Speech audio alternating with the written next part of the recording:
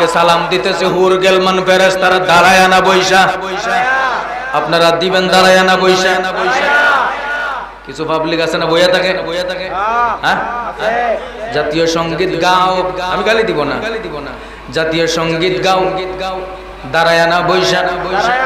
দেশের পতাকাকে সম্মান দাও, দাঁড়ায় না বৈশা। বাবা যখন আসে দাঁড়ায় থাকো না বৈশা থাকো। উস্তাদ যখন আসে দাঁড়ায় থাকো না বৈশা থাকো। ওরে বন্ধু আমার, প্রেমের ব্যাপার, ভালোবাসার ব্যাপার, প্রেমের ব্যাপার। নবীর সাথে সম্পর্ক করতে হলে প্রেম লাগাতে হবে, নবীকে বুঝতে হলে প্রেম লাগবে, মুহাব্বত লাগবে। মুহাব্বত ছাড়া আমার নবীকে বোঝা যায় না। নবীকে বুঝতে হলে মুহাব্বত লাগবে। অন্তরে চোখ আছে, অন্তরের ভিতরে কান আছে, অন্তরের ভিতরেও জবান আছে।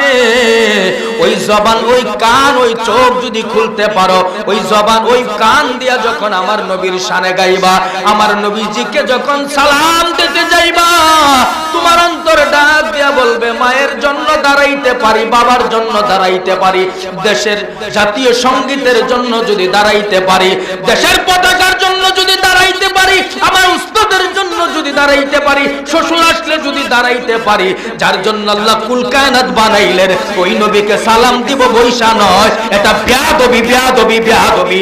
আর নবীকে দাঁড়ায়া সালাম দেওয়া।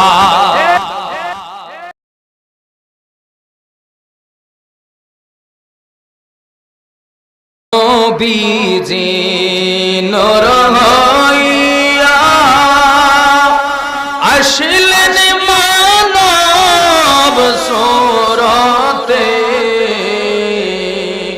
তাই তো তাহার হয় না ছায়া, চাঁদ সূরজের আলোতে।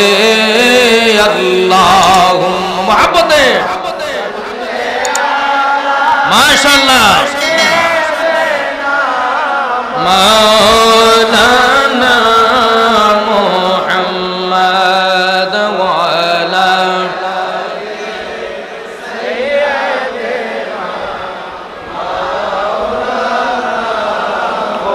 সৃষ্টি কুলের সবাই বলে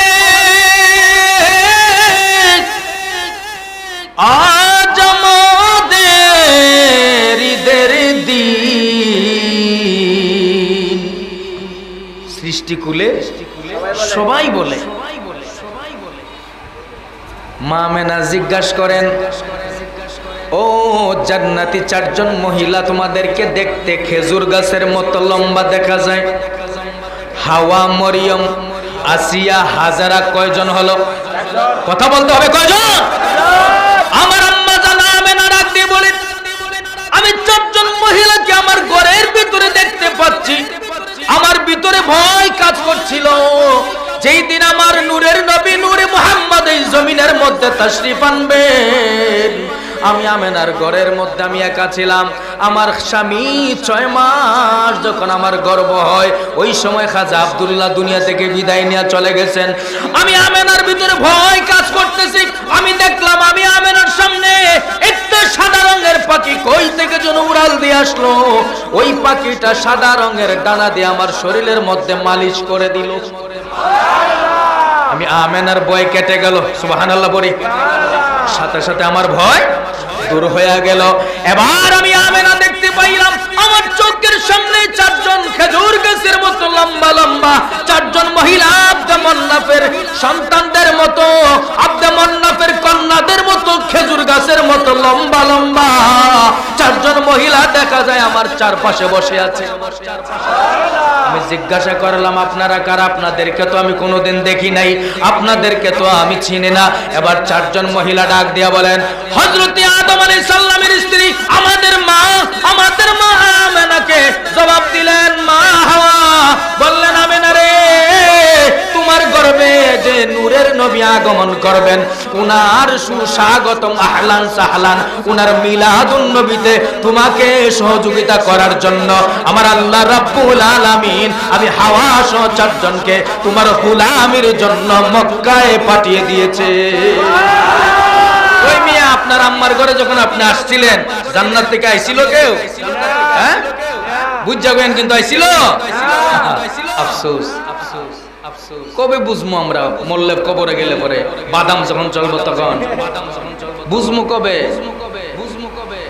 এবার মা আমেনা বলে ওই চারজন মহিলাকে আমি জীবনে কোনোদিন দেখি নাই তাদের চেহারা আমি তাদের সাথে কোনোদিন পরিচিত হই নাই ওই অপরিচিত জান্নাতি চারজন রমণী আমার ঘরের মধ্যে আমার খেদমতের জন্য আল্লাহ পাঠায়া দিয়েছেন আমি আমেনার ঘরে যখন চারজন মহিলা আমার ঘরের ভিতরে আসলেন এবার আমি দেখতে পাইলাম সাদা রঙের এক জাক পাখি এসে আমি আমেনার ঘরের ছাদের উপর ঢেকে ফেলেছে জোরে জোরে জোরে জোরে আমি আমেনা দেখতে পাইলাম আমার ঘরের ছাদের উপরে সাদা রঙের পাখি এসে ঢেকে দিয়েছে এবার আমি আমেনাকেই দেখতে পাইলাম আমার চোখের সামনে আমি আমেনার ঘরের ছাদের উপর থেকে শুরু করে আমার আল্লাহর আসমান পর্যন্ত চতুর্দিকে ঘেরাও করে কারাজের দাঁড়িয়ে দাঁড়িয়ে বেষ্টন করে ঘেরাও করে রেখেছে সুবহানাল্লাহ অবাক হয়ে গেলাম জিজ্ঞাসা করলাম তারা কে তাদের পরিচয় কি আমি তো তাদেরকে কোনোদিন দেখি নাই লম্বা লম্বা মানুষ দেখা যায় এবার ওই জান্নাতি চারজন রমণী মা হাওয়া হাজরা আসিয়া তারা বলতেছেন মরিয়ম বলতেছেন আপনি তাদেরকে চিনবেন না তারা আপনার গর্ভ থেকে নূরের নবীর নূরানি কদম মোবারক যখন রাখবেন নূরের নবীকে আহলান সাহলান মারহাবা জানানোর জন্য আল্লাহর জান্নাত থেকে হুর ফেরেশতারা সারিবদ্ধভাবে দাঁড়ায় আছে নবীকে সালাম দিতেছে হুর গেলমান ফেরেশতারা দাঁড়ায় না বৈশা আপনারা দিবেন দাঁড়ায় না বৈশা কিছু পাবলিক আছে না বইয়া থাকে জাতীয় সঙ্গীত গাও আমি গালি দিব না জাতীয় সঙ্গীত গাও দাঁড়ায় না বৈশা দেশের পতাকাকে সম্মান দাও দাঁড়ায় না বৈশা বাবা যখন আসে দাঁড়ায় থাকো না বৈশা থাকো উস্তাদ যখন আসে দাঁড়ায় থাকো না বৈশা থাকো ওরে বন্ধু আমার প্রেমের ব্যাপার ভালোবাসার ব্যাপার প্রেমের ব্যাপার নবীর সাথে সম্পর্ক করতে হলে প্রেম লাগাতে হবে নবীকে বুঝতে হলে প্রেম লাগবে মুহাব্বত লাগবে মুহাব্বত ছাড়া আমার নবীকে বোঝা যায় না নবীকে বুঝতে হলে মুহাব্বত লাগবে অন্তরে চোখ আছে অন্তরের ভিতরে কান আছে অন্তরের ভিতরে জবান আছে ওই জবান ওই কান ওই চোখ যদি খুলতে পারো ওই জবান ওই কান দিয়া যখন আমার নবীর শানে গাইবা আমার নবীজিকে যখন সালাম দিতে যাইবা তোমার অন্তর ডাক দিয়া বলবে মায়ের জন্য দাঁড়াইতে পারি বাবার জন্য দাঁড়াইতে পারি দেশের জাতীয় সঙ্গীতের জন্য যদি দাঁড়াইতে পারি দেশের পতাকার জন্য যদি দাঁড়াইতে পারি আমার উস্তাদের জন্য যদি দাঁড়াইতে পারি শ্বশুর আসলে যদি দাঁড়াইতে পারি যার জন্য আল্লাহ কুল কায়নাত বানাইলেন ওই নবীকে সালাম দিব বৈশা নয় এটা বেয়াদবি বেয়াদবি বেয়াদবি নবীকে দাঁড়ায়া সালাম দেওয়া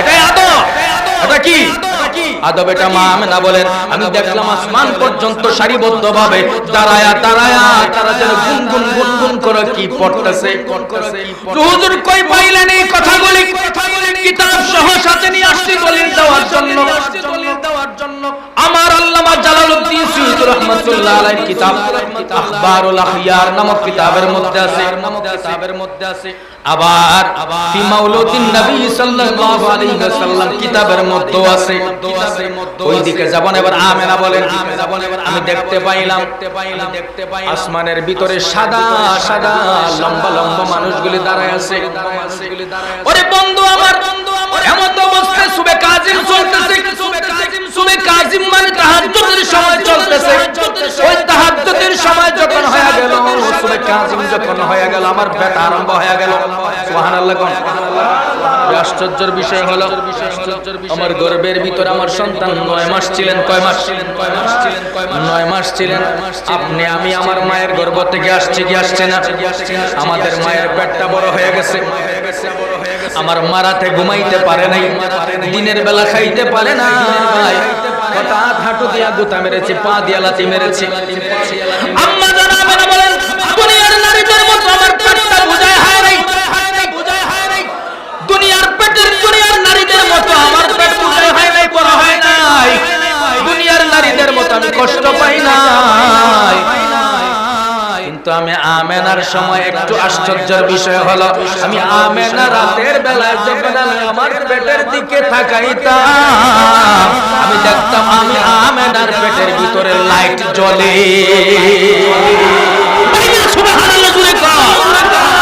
আপনার মার পেটের ভিতরে লাইট জ্বলছে বলে কোনোদিন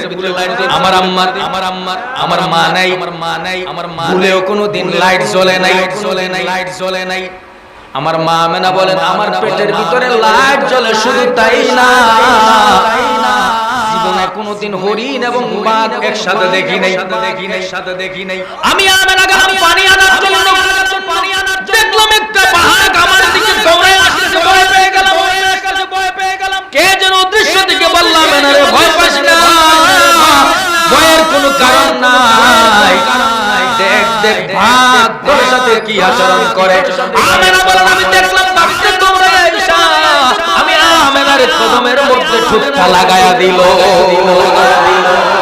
আমি বাঘরে জিজ্ঞাসা করলাম, বাঘের সাথে সাথে বাঘের বাঘ শক্তি খুলে গেল, জবান খুলে গেল। এবার বাঘ ডাক দিয়ে বলে মা আমেনা গো, আমার আল্লাহ রাব্বুল আলামিন আল্লাহর গর্ভের ভিতরে আমার একজন নবীর আগমন ঘটায়া দিয়েছে, সেই নবীকে না বানাইলে আল্লাহ আমি বাঘকেও বানাইতো না। ও আমেনা আপনি বড় ধন্য।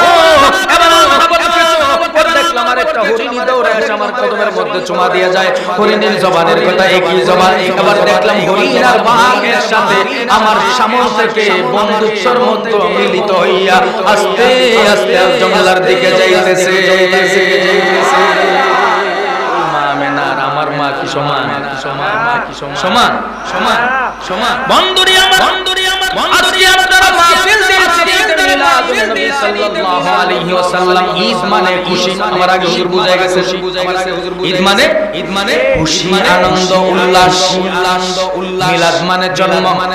মিলাদ শব্দের অর্থ সবাই বলেন না, মিলাদ শব্দের অর্থ সবাই জানা দরকার আছে। মিলাদ শব্দের অর্থ কি? জন্ম বা জন্ম বৃত্তান্ত।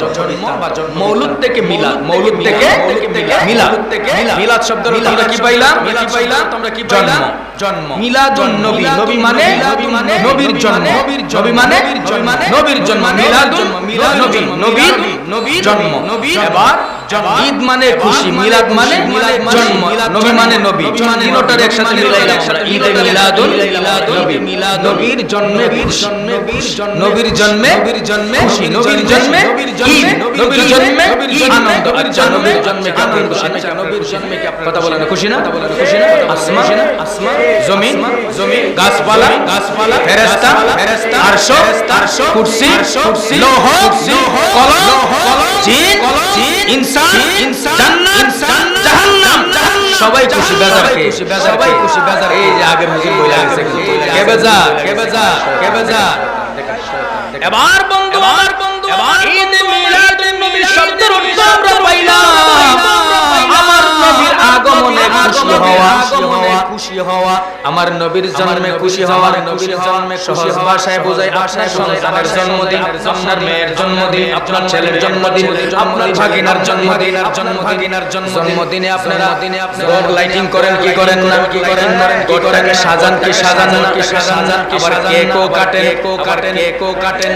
উচিত কথা তো কইতেছি, এটা হারাম, এটা করা যাবে। আবার কেকও কাটে, আবার অনেকে কেক কাটে না, হুজুরদের আইনা মিলাদ পড়ায়। এবার প্রশ্ন হলো আপনার ছেলের জন্মদিনে আপনি কি করলেন? মিলাদের ব্যবস্থা করলেন, আপনার মেয়ের জন্মদিনে ঘরটাকে সাজাইলেন, লাইটিং করলেন। এর মানে আপনার মেয়ের জন্মদিনে আপনি খুশি না বেজার? সবাই বলে না খুশি না বেজার? আরে সবাই বলতে হবে খুশি না বেজার।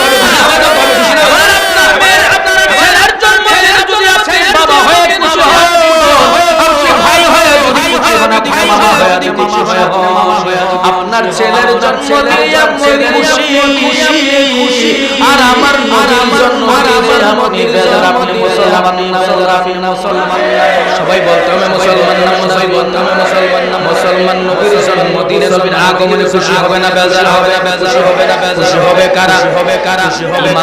ইমানদার হবে কারা? যারা ইমানদার, আরো জোরে বলতে হবে, খুশি হবে কারা? ইমানদার বেজার হয় কারা মুনাফিক মুনাফিক মুনাফিক মুনাফিক বেজার হয় মুনাফিক বেজার হয়ে যায় বন্ধুরে আমার আপনি আপনার ছেলের জন্য খুশি হয়ে গর্বে করলেন গলায় সাজাইলেন মিলাদের ব্যবস্থা করলেন আমাকে আমার আল্লাহ বানাইলেন যার মাকে আল্লাহ বানাইলেন যার জন্য বাবাকে পাইলেন যার জন্য মাকে পাইলেন যার জন্য জমিন পাইলেন যার জন্য আমার আল্লাহ কায়নাত বানাইলেন আমার আল্লাহ রাব্বুল আলামিন হাবিব বলেন লাউলা কালাম লাউলা কালাম আমাকে আমার আল্লাহ যদি না বানাইতে আসমান জমিন লৌহ মানব দানব জিন ইনসান ফেরেশতা আমার আল্লাহ আমাকে না বানাইলে বানাইতেন না যাকে না বানাইতেন না তার আগমনে আপনি খুশি হইতে পারেন না যে খুশি কিনা গত শুক্রবারে মসজিদ দেওয়ানবারে যাবে মসজিদে সমস্ত মিলা আমার নবীর আগমনে আমরা স্বাগত সাহাবা জানাইছি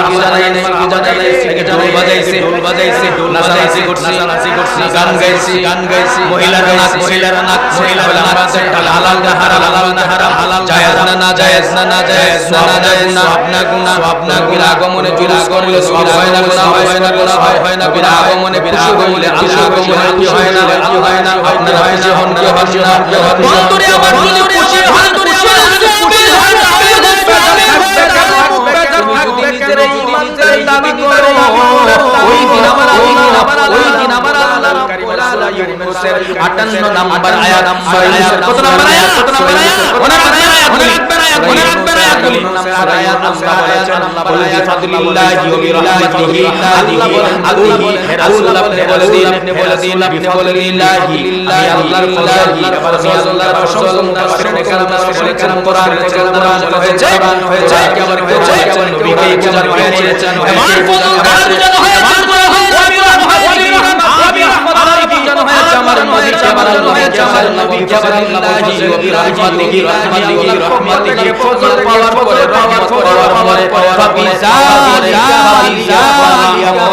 আমরা আনন্দ উল্লাস পালন করো আমি বলছি না কে বলছেন ইউনূসের কত নম্বর আয়াত নম্বর আয়াত শুনে যাইবেন যদি কোনো আলেম পরিচিত থাকে যদি মানে না হুজুর ইউনূসের 58 নম্বর আয়াত ভালো কইরা দেখালো তাফসীর সব উল্টায়া দেখেন কি কইছে দরকার আছে না নাই বেশি দূরে নয় দেওয়ানবাড়ি মসজিদ বাউন্ডারির ভিতরে আছে কথা কোন ঠিক না বেটে যদি মিথ্যা বইলা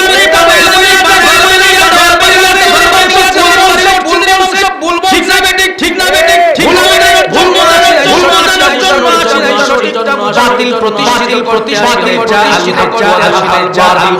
ধ্বংস হয়ে যাবে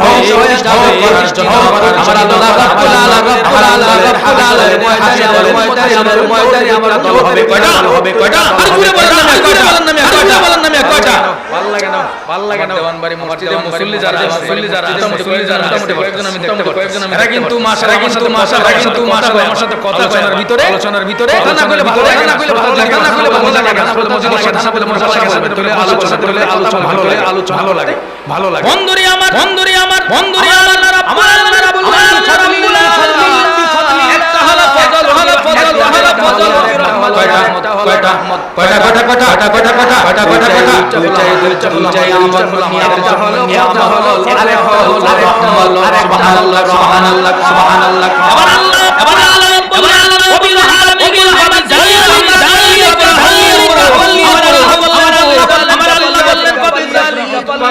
আনন্দ প্রকাশ করো এবার আপনি বললেন যে তোমার যে তোমার দিলাম একটা হলো আরেকটা হলো